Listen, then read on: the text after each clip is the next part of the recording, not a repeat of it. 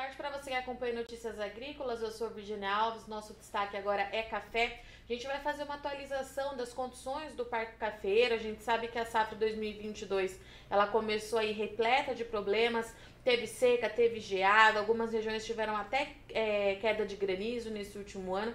Mas para a gente entender o que está acontecendo depois dessa retomada das chuvas, nós convidamos aqui hoje, então, o José Braz Machello. O Machello, ele fala em nome da Fundação Procafé. Machello, seja bem-vindo mais uma vez ao Notícias Agrícolas, meu caro. Prazer é nosso aqui sempre atender vocês aí e passar alguma informação aí para os cafeicultores.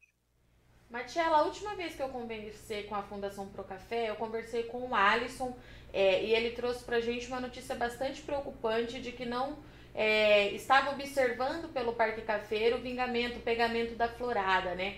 Hoje eu sei que vocês continuam acompanhando aí de perto a situação. Qual que é o cenário que a gente tem nas principais áreas de produção de café arábica?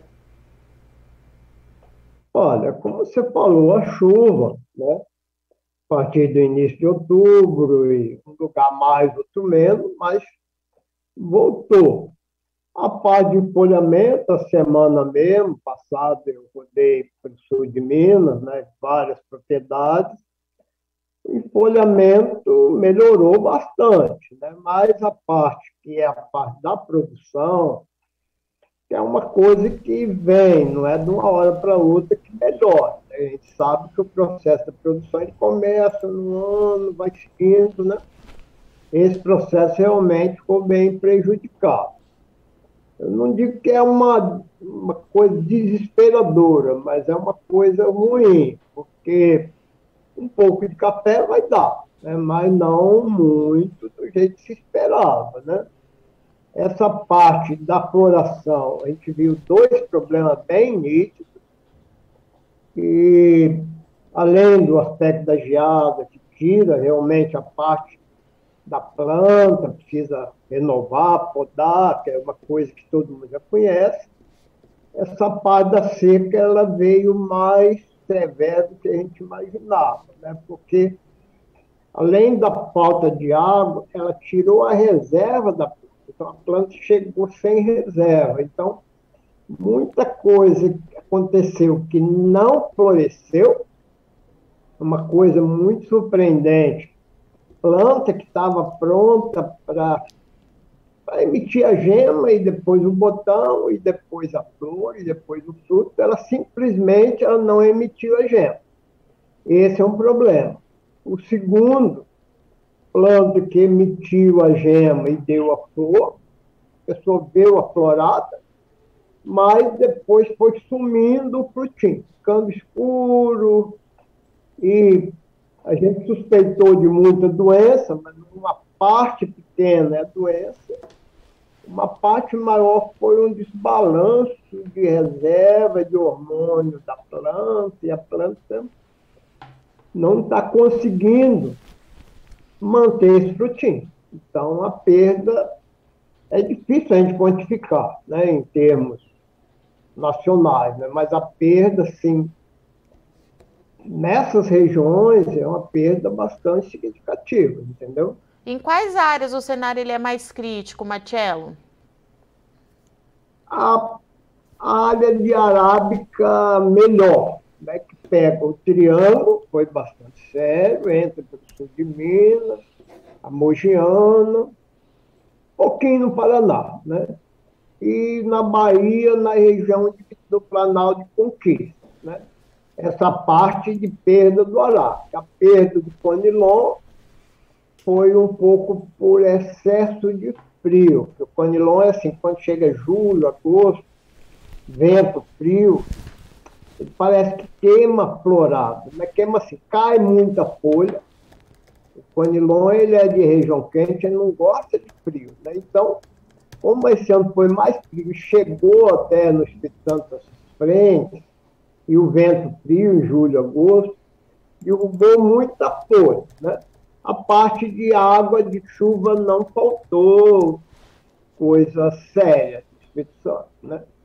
Como na Zona da Mata faltou um pouco de chuva, mas também não foi uma coisa seríssima, né? E no Espírito Santo, na área de Arara.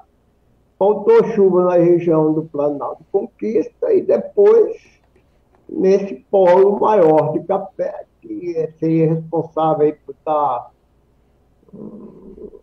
40 milhões de sacas e vai dar bem menos, né, nessa área de Arábica, né? Então, sul de Minas, Triângulo e a parte da Mogiana, isso normalmente tem um potencial aí de produzir acima de 40 milhões de sacos. Eu acredito que em anos bons chega a mais de 40, né? Mas tudo indica que as áreas de Arábica hoje, para ter, somando tudo, pode dar entre 30 e pouco mais de 30, entendeu? Um pouco a queda no Conilon também. A expectativa entre a seca e a geada é cair pelo menos uns 15 milhões de sacos do que era esperado. Mas isso é um número, assim, é uma estimativa assim, muito grosseira, né? Porque pode ainda, essas regiões, mesmo que pegou um pouco de fruto, a queda de fruto que ocorre normalmente é 90 dias depois da florada. Então, os frutinhos mesmo que eles estão lá na planta, tem que chegar em final de dezembro, início de janeiro, vai cair mais fruto. E isso já é uma coisa normal, né? Se a planta floresceu mais desfolhada, essa queda vai ser maior. Mas, por enquanto, está surpreendendo o seguinte: uma lavoura que não produziu nada no ano anterior, esse ano ainda tem uma frutificação mais ou menos normal. Mas lavoura que produziu médio e ainda ia dar uma safra média, essas perderam muito.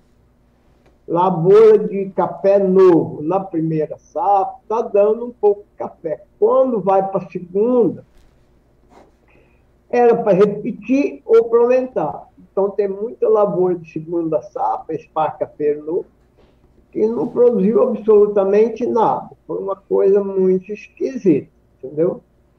E, Marcelo, voltou a chover, né? O produtor teve esse alívio. Essas chuvas, com base no que vocês têm observado, elas foram suficientes para recuperar o déficit hídrico? O cenário ele é mais confortável quando a gente fala em precipitação ou a gente ainda precisa de mais chuva? Como é que está essa questão da seca? Não, passou um períodozinho aí atrás, uns 10, 15 dias, mas assim, não foi nada de prejudicar, não. Mas essa última semana, já veio chuva semana passada, essa semana veio, então assim, o solo está abastecido. Quer dizer, não vou dizer que eu não tenho essa informação, assim, para abastecer as fontes de água, que aí precisa infiltrar bastante, tem um excesso hídrico muito grande para poder reformar o lençol, né, de água embaixo, no solo. Mas para a planta, tanto para a cultura anual, que a gente vê, que normalmente são mais sensíveis, que o sistema radicular é mais superficial, toda essa região que andou, tanto o milho quanto a soja, estão bem abastecidos, estão em boa condição vegetativa, assim como o café, que é uma planta, é um sistema radicular um pouco mais profundo, ela se dependeria melhor, né? Mas pelas culturas anuais, a gente vê que a chuva está suficiente, né? Marcelo, então a gente tem essa atualização que você está trazendo do Procafé, com esse número aí que pode chegar a reduzir a 15 milhões de sacas. A gente precisa esperar ver o que vai acontecer daqui para frente. Mas dentro do cenário que a gente tem hoje, então, o que pode vir a comprometer ainda mais a safra 22? Bem, a parte do clima e doença, a maior parte que era para atacar o chumbinho, essa coisa, normalmente ela acontece agora em novembro, dezembro. Pode acontecer um pouquinho lá na frente, né? Mas o fruto que passar dessa época, a outra ameaça seria na granação dele no final de dezembro, mas principalmente em janeiro, né? Vinha um veranico, a gente não espera também tanta coisa ruim, né? Mas vamos dizer, teoricamente, pode haver uma quebra, mas lá em janeiro, de janeiro para fevereiro, se faltar chuva, o enchimento do grão, né?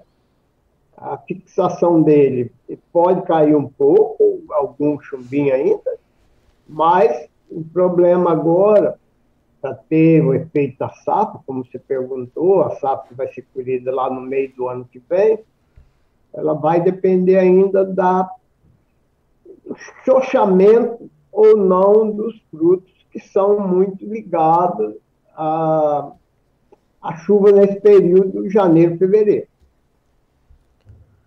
E, Matiello, outra coisa que eu queria entender, antes as projeções do Procafé indicavam que a gente podia ter problema, inclusive por conta dessas condições climáticas, não só em 2022, mas também em 2023, tendo uma retomada aí da produção em grande escala só lá em 2024. A gente continua com esse cenário? Não, isso é em função, provavelmente, das podas drásticas feitas na parte da geada, que a gente não tratou aqui, não discutiu agora nessa entrevista, né? Mas realmente isso vai afetar, porque foi recepado muito café e a recepa é como se fosse uma planta nova. Ela demora mais de 2 anos para voltar na produção, assim mesmo inicial não tão grande, né? Houve bastante recepa, ou seja, a área que foi geada, muita gente cortou o pé de café bem baixo, que é a recepa baixa. Teve esqueletamento em menor escala, não morreu planta. A gente sente a menos um café muito novinho, né? A parte de perda de lavoura, pouquíssimos casos. Muita gente acabou arrancando, porque alguma coisa, está plantando cereais, plantando grãos, etc., mas não pelo fato da planta morrer. As plantas, de um ano e meio para cima, né? Logicamente, se tiver um plantio lá de 3, 4 meses plantado, a plantinha nova pode ter matado, né? Mas, como eu falei, essas podas drásticas, elas levam a necessidade de recompor totalmente a planta outra vez, porque ela começa brotando lá perto do chão, normalmente a poda é feita 30, 40, 50 centímetros, e aí ela demanda pelo menos 2 anos para voltar a criar uma planta nova, com capacidade de terra mais para produzir uma safra normal, né? Marcelo, diante desse cenário e mudando um pouquinho aí do que o produtor precisa fazer, o senhor publicou recentemente um artigo falando dos custos de produção que subiu bastante e dando algumas orientações que o produtor precisa fazer, equalizar esse custo, né? O que ele pode fazer? Sobretudo o senhor destacou a questão da adubação. O que o senhor destaca nesse momento? De safra, produção em menor escala e elevação do custo. O que a gente pode dizer para o produtor? Olha, como sempre, racionalizar, usar o que ele já tem de fertilidade, através da análise de solo, e reavaliar a lavoura que caiu a produção, que ele realmente viu que não, ele esperava, vamos dizer, colher 40 sacos. Vai colher 10, ele pode adaptar a adubação, porque a adubação no café a gente faz com base entre outras coisas, mas o essencial é de acordo com a expectativa da produção, ou seja, da carga pendente do que a planta, porque a gente aduba de acordo com o que a planta precisa para vegetar e para produzir, né? Então, a adubação para vegetar, ele tem que continuar. A adubação para produzir, se a produção caiu bastante, ele pode adequar e reduzir um pouco.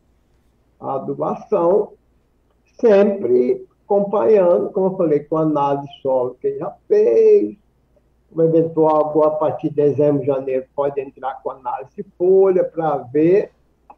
Mas, no geral, a gente tem visto isso e é perfeitamente possível racionalizar um pouco mais a adubação. Algum nutriente que não é tão essencial, por exemplo, o fósforo, é um nutriente que não responde na lavoura adulta, não responde muito bem. Entendeu? Então, esse já pode reduzir. O próprio potássio, que às vezes está acumulado no solo, ele pode reduzir um pouco em função do acúmulo que ele vem fazendo anos a anos, ele fica ali preso ali no solo, na argila, então ele pode economizar nisso. Né? E em muitos casos, está difícil, inclusive, o potássio conseguir, né? Porque além de subir o preço, em algumas regiões, não sei se todas, né, a pessoa não consegue, como o próprio herbicida, alguns fungicidas estão em falta, o próprio herbicida, além de aumentar muito, é difícil encontrar para usar, né? Está meio complicado esse ano. Eu acredito para a agricultura como um todo. A compensação, como você sabe melhor que eu, foi o preço que deu uma melhorada boa, né, e deve continuar, né, nesse nível. Então, está compensando esses problemas do custo. Por enquanto, está compensando. E, Matiela, quando a gente fala nesses tratos que o produtor precisa manter, né, com as informações que o senhor tem, o produtor tem feito isso? Ele tem mantido os cuidados com a lavoura ou ele desanimou com essa questão de produzir menos, está mais caro, o investimento está mais caro? Como é que tem sido? Não, eu acho que não, porque desanimar o agricultor é muito animado, mas porque se não fosse animado, ele já tinha saído em outras crises, né? Acho que não. Inclusive, os plantios de café, para você ter uma ideia, os plantios de café muda, aumentou muito de preço, semente não tem mais. Né? O plantio está um pouco maior do que o abandono. Né? Então, é sinal que o pessoal está motivado e a motivação é o preço do café. Né? Ainda é uma cultura que, por área, é difícil ter uma cultura, as culturas mais extensivas, né? Na cultura de pequena área, fruta, ou alguma verdura, dá mais, né? Mas o café ainda é uma cultura que dá bastante renda por área, né? Renda bruta e também renda livre, né? Com esse preço, o pessoal sente, tem muitos plantios novos. Todo mundo que estava para plantar, plantou, uns que não estavam por plantar, as mudas não se encontra para comprar, entendeu? A semente não existe mais, tem gente procurando semente, mas só com a safra nova, né? Com a produção nova. Agora que a semente, quem não guardou na câmara fria, a semente já praticamente perdeu a capacidade de germinar, né? E, Matielo, aprofundando um pouquinho mais na questão das doenças no Parque Cafeiro, o senhor já comentou um pouquinho anteriormente, mas eu queria aprofundar. Tem alguma que tem chamado a atenção de vocês? Alguma condição que vem se destacando para esse início de safra? Venha um pouco do ataque da foma e pseudomonas, são doenças que aparecem nesse período mais chuvoso e períodos que vinham assim, com chuvas 2, 3, 4 dias seguidos. Ela depende da umidade e com a entrada da frente fria também há queda de temperatura. Então ela precisa de umidade ou temperatura um pouquinho mais baixa. Então deu bastante ataque esse ano. Né? Agora, para adiante, ela tende a diminuir, porque já passou esse período, porque agora, normalmente, as chuvas são mais fortes e mais passageiras, são mas assim, tem mais intensidade de chuva, mas por períodos menores. E a temperatura também agora aumenta. Agora começa a entrar, agora no mês de dezembro, janeiro, começa a evoluir a ferrugem. Né? A ferrugem, como ela tem um período bem definido, que a gente já sabe que tem que começar agora, controlar, terminar lá para março, abril, e, então não há assim, muita surpresa. Né? A surpresa são essas doenças assim, dependentes dessa condição climática assim, meio passageira e meio imprevista, entendeu? Com a chuva, no geral, diminui o bicho mineiro, que é o principal problema. Um aumento, as lavouras que dão um pouco mais café, se continuar chovendo, vai começar o problema da broca. Normalmente, ela começa a atacar o fruto, se estabelecer em torno de 90 dias depois da floração. Então, final do mês agora, início de janeiro, é o período de verificar, mas a broca a gente controla de acordo com o índice que a gente nota de infestação nos frutos. Se estiver acima de 3, em alguns casos até 5%, você começa a pulverizar. Né? Mas, e a ferrugem também. Agora, em dezembro, a março, abril, é o período de fazer em torno de 3 aplicações para controlar. Isso aí o pessoal já conhece bem. Eu não vejo muita dificuldade nisso, a não ser assim. Se chover demais numa região mais montanhosa, que é difícil, o trabalho de pulverizar depende alguns dias assim com sol, né? E demanda bastante mão de obra. Mas esse pessoal também, pouco a pouco, eles vêm introduzindo as variedades resistentes. A gente sempre tem aconselhado, felizmente, tem havido muita introdução desse material resistente, que é prioritário para essas áreas que têm dificuldade de fazer o controle químico, né? O controle com os fungicidas. Marcelo, eu agradeço muito sua participação, sua disponibilidade. Eu deixo o espaço aberto agora. Se o senhor tiver mais alguma orientação para o produtor, acrescentar mais alguma informação, o espaço é seu. Eu gostaria de pisar essa questão da safra em si, né? É uma coisa que a gente tem uma opinião assim, temporária, né? Porque isso tudo evolui. A gente vem com uma expectativa, essa expectativa pode melhorar e pode piorar.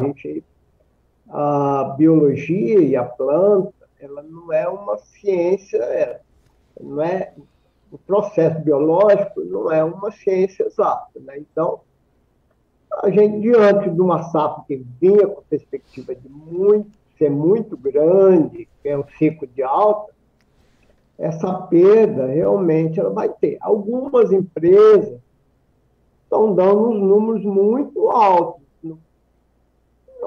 Na opinião de vários técnicos e dos próprios produtores, o pessoal não está sentindo que vai dar essa safra. Não digo que não vai dar café, um pouco vai dar, porque tem uma região, tem outra, tem uma lavoura que dá, uma lavoura que não dá mais safras altas do jeito que algumas empresas estão prevendo, essa aí não tem condição. Tanto é que o mercado, o preço, ele está firme, né? Se o pessoal tivesse consciência que ia dar realmente uma sobra de café, o preço ia cair, né? Ia cair, né? E a outra coisa para o produtor em si, essas regiões, que o pessoal tenha a propriedade estruturada para o café, tem toda a infraestrutura, tem a área apropriada. Não é uma geada e uma seca que vai dar, não é um processo contínuo. Então, tem que manter a lavoura, tentar racionalizar e torná-la cada vez mais produtiva, vai ter condições de competir, né? E continuar na atividade, é o que todo mundo espera, a gente tem certeza que vai ter essa continuidade. É isso aí a notícia que eu quero dar para notícia. como é que chama, um chamamento para o produtor manter esse ânimo dele, que já é natural. Marcelo, muito obrigada. Eu te espero aqui mais vezes. Se eu não falar mais com o senhor esse ano, eu te espero aqui em 2022 para o senhor atualizar esses dados para a gente. Obrigada, viu, pela parceria aí ao longo de 2021. Um abraço para vocês aí, Virgínia e todo o pessoal das Notícias Agrícolas. Portanto, essa foi a nossa atualização de safra com José Braz Marcelo, referência aí na cafeicultura, falou com a gente em nome da Fundação Procafé, trazendo para a gente o que vai acontecer daqui para frente, né? Ele confirmou aquela informação dada anteriormente aqui no Notícias Agrícolas de que a florada realmente ela não vingou em diversas áreas de produção.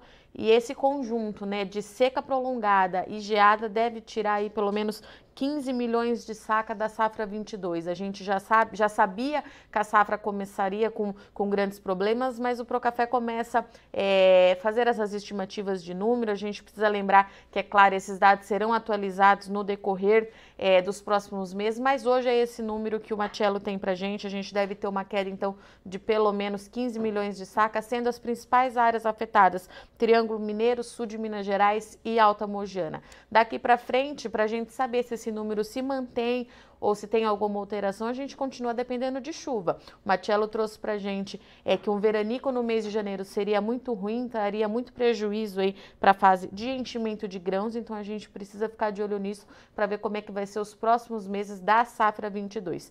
Paralelo a tudo isso, Marcelo comentou um pouquinho com a gente dessa dificuldade que o produtor está tendo em encontrar insumo para fazer as aplicações, o manejo necessário e também o alto custo de produção. Mais uma vez ele destacou que o produtor precisa sim fazer a conta, equalizar para racionalizar isso, para conseguir aproveitar de certa forma essa alta no preço lá em Nova York, também no mercado físico e tentar compensar esse custo elevado que a gente vem observando aí ao longo de 2021 e que deve continuar também, pelo menos nos primeiros meses de 2022. Bom, vou ficando por aqui, eu agradeço a audiência e companhia, mas não sai daí que já já a gente está de volta.